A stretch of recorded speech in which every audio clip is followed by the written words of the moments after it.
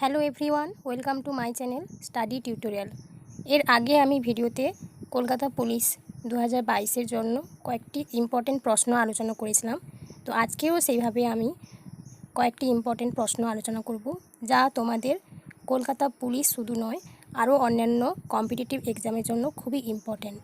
তাই তোমরা পুরো ভিডিওটা শেষ পর্যন্ত দেখো কোয়েশ্চেন নাম্বার 1 কী আছে।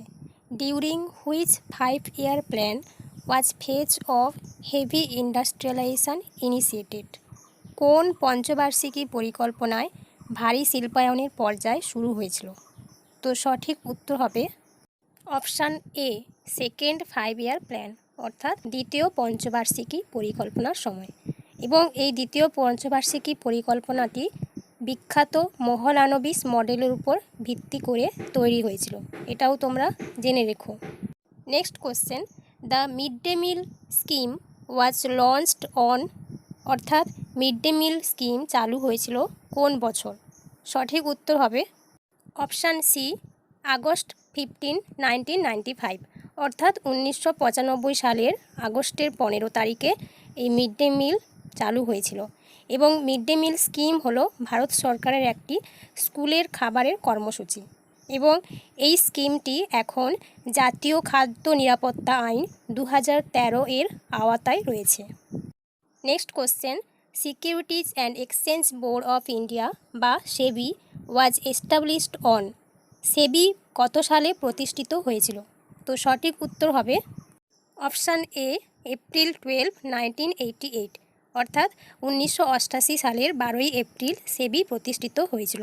এবং তখন সেবি ছিল একটি নন স্ট্যাটুটরি বডি, কিন্তু সেবি আইন 1992 এর মাধ্যমে এটি 30শে জানুয়ারি 1992 তারিখে একে সংবিধিবদ্ধ ক্ষমতা দেওয়া হয়েছিল।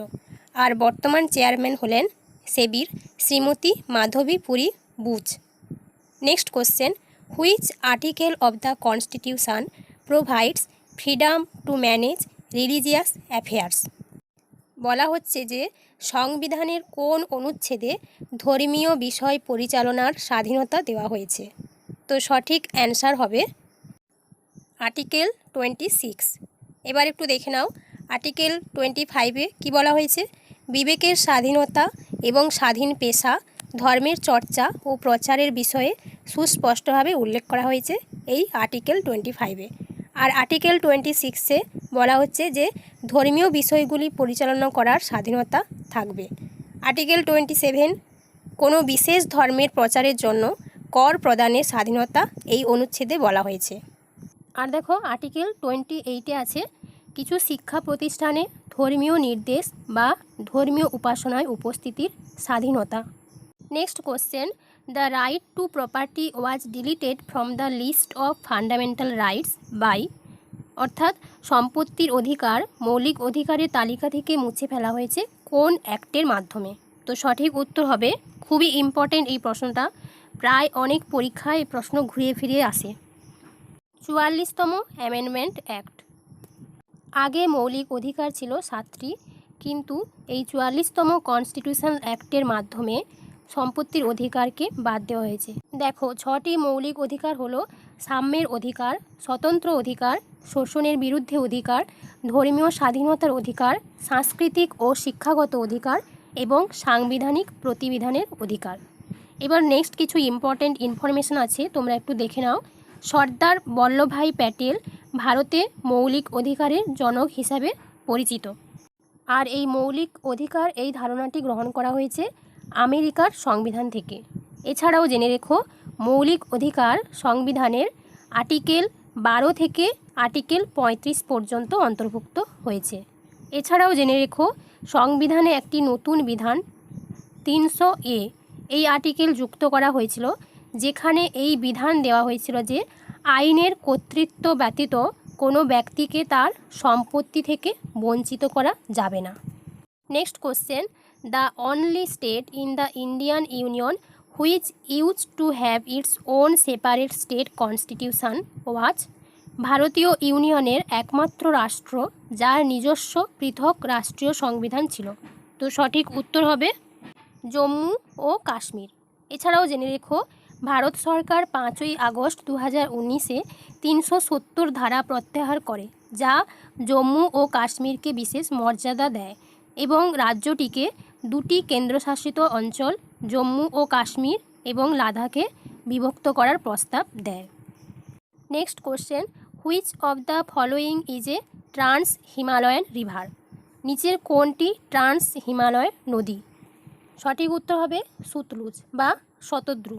এছাড়াও জেনে রেখো, হিমালয় নদীগুলি হলো যেগুলি হিমালয় থেকে উৎপন্ন হয় এবং উত্তর সমভূমির মধ্য দিয়ে প্রবাহিত হয়, যেমন গঙ্গা, যমুনা এবং তাদের উপনদী।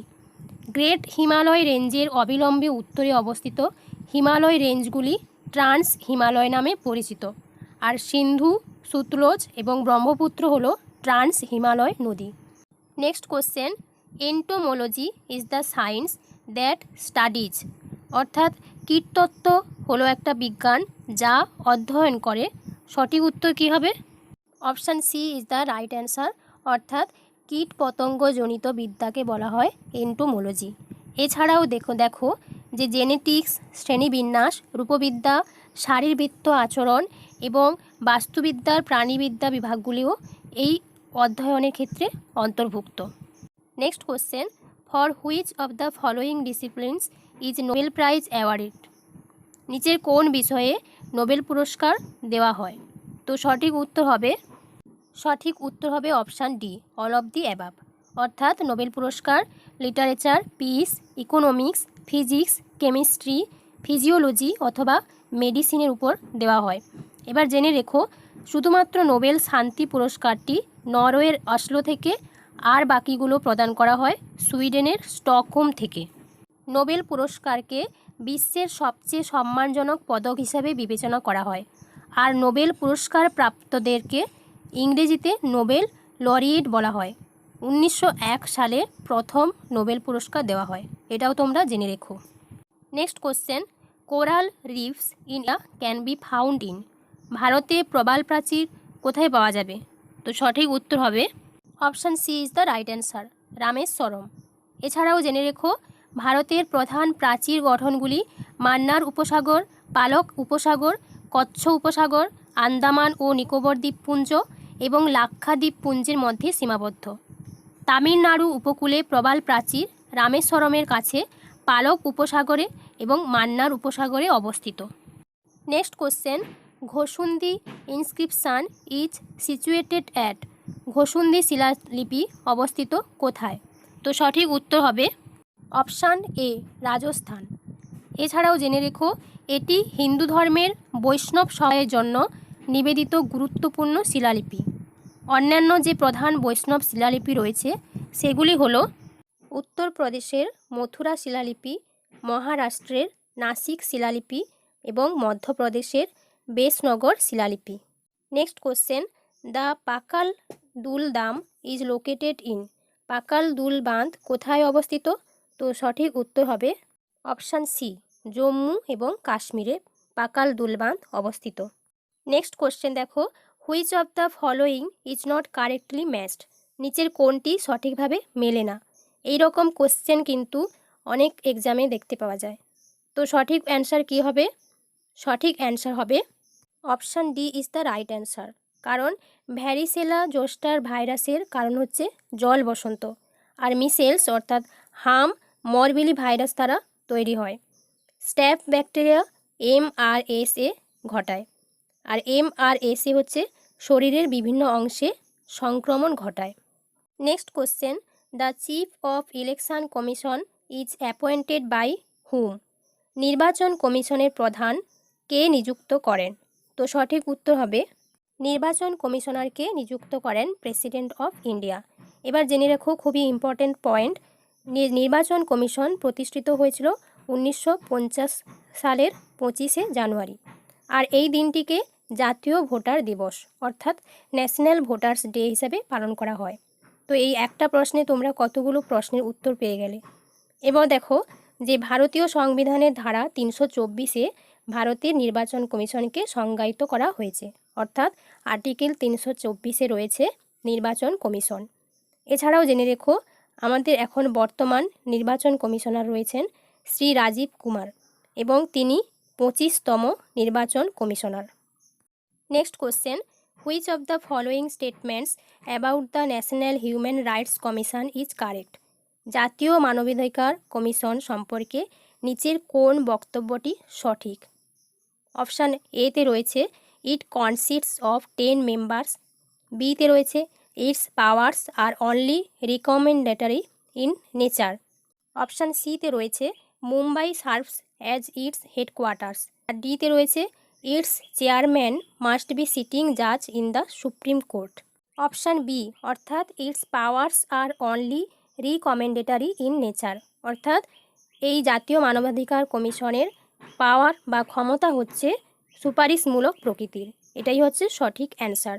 এবার জেনে রেখো যে হিউম্যান রাইটস কমিশন প্রতিষ্ঠিত হয়েছিল 1993 সালে এবং এই কমিশনে একজন চেয়ারম্যান ও 4 জন সদস্য থাকবে।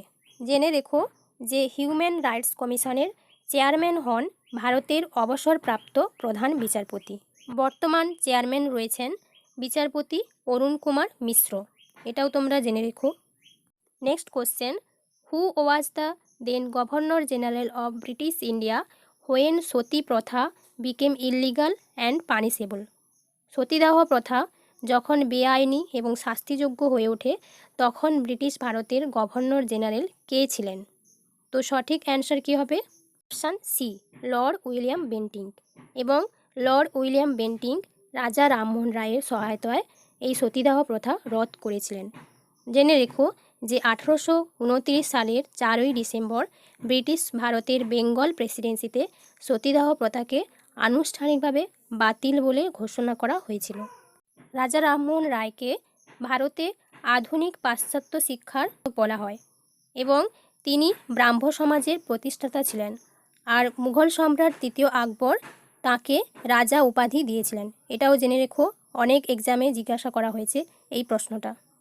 Next question, Hiuen Tsang held as the pilgrims visited India during the reign of king, অর্থাৎ হিউয়েন সাং তীর্থযাত্রী হিসেবে যিনি সমাদৃত, তিনি কোন রাজার রাজত্বকালে ভারত সফর করেছিলেন?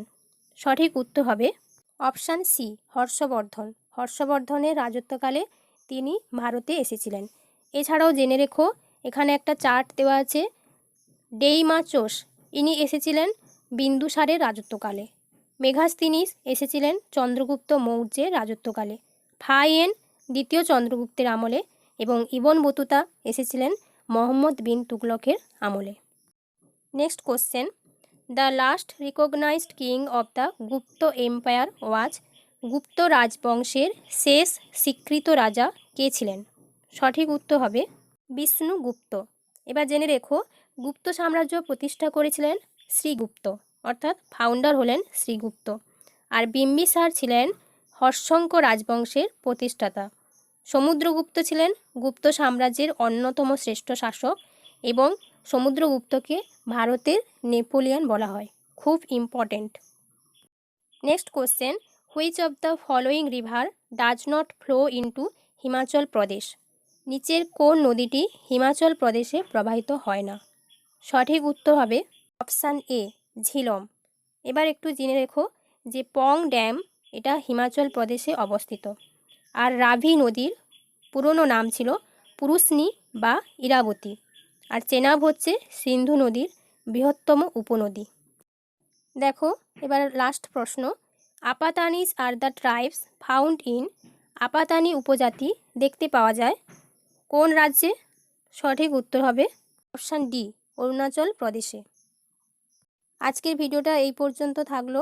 তোমাদের যদি ভিডিওটি ভালো লাগে অবশ্যই লাইক, কমেন্ট এবং শেয়ার করতে ভুলো না। আর আমি তোমাদের অনুরোধ করব যে আমার চ্যানেলটিকে সাবস্ক্রাইব করো এবং আমার পাশে থেকো। তো আবার নেক্সট ভিডিও নিয়ে দেখা হবে তোমাদের সাথে। তোমরা ভালো থেকো, সুস্থ থেকো।